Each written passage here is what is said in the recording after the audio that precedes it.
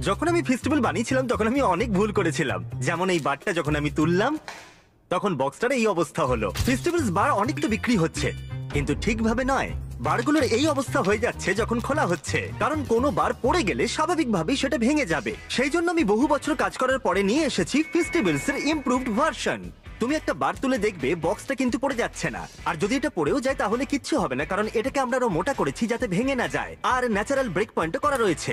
Broom! আর এখনো অব্দি হাজার হাজার মানুষ অলরেডি এটাকে টেস্ট করে নিয়েছে, আর এটা তাদের আগের থেকে অনেক বেশি ভালো লেগেছে। যদিও নতুন ফেস্টিভ্যালসে অনেক ইস্যু রয়েছে, যেমন তোমরা যদি এদিকটা দেখো, এই দুটো ফ্লেভারের মধ্যে পার্থক্য বলা খুবই কঠিন হবে, এমনকি দূর থেকে বলা তোমার পক্ষে আরো কঠিন হবে কোনটা মিল্ক চকলেট আর কোনটা আলমন্ড। এমনকি বহু মানুষ এই দুটোকে মিক্স করে ফেলে। এর পাশাপাশি তোমরা প্রত্যেকেই জানো যে আমরা আমাদের কোকোয়া ফার্মারদের অনেকটাই বেশি পারিশ্রমিক দিয়ে থাকি। আমরা 100% fair trade certified beans use করি, আর আমরা শিশু শ্রম কমানোরও চেষ্টা করছি। তোমরা এই বক্সগুলোতে দেখলে কোনটা কি বুঝতেই পারবে না। আর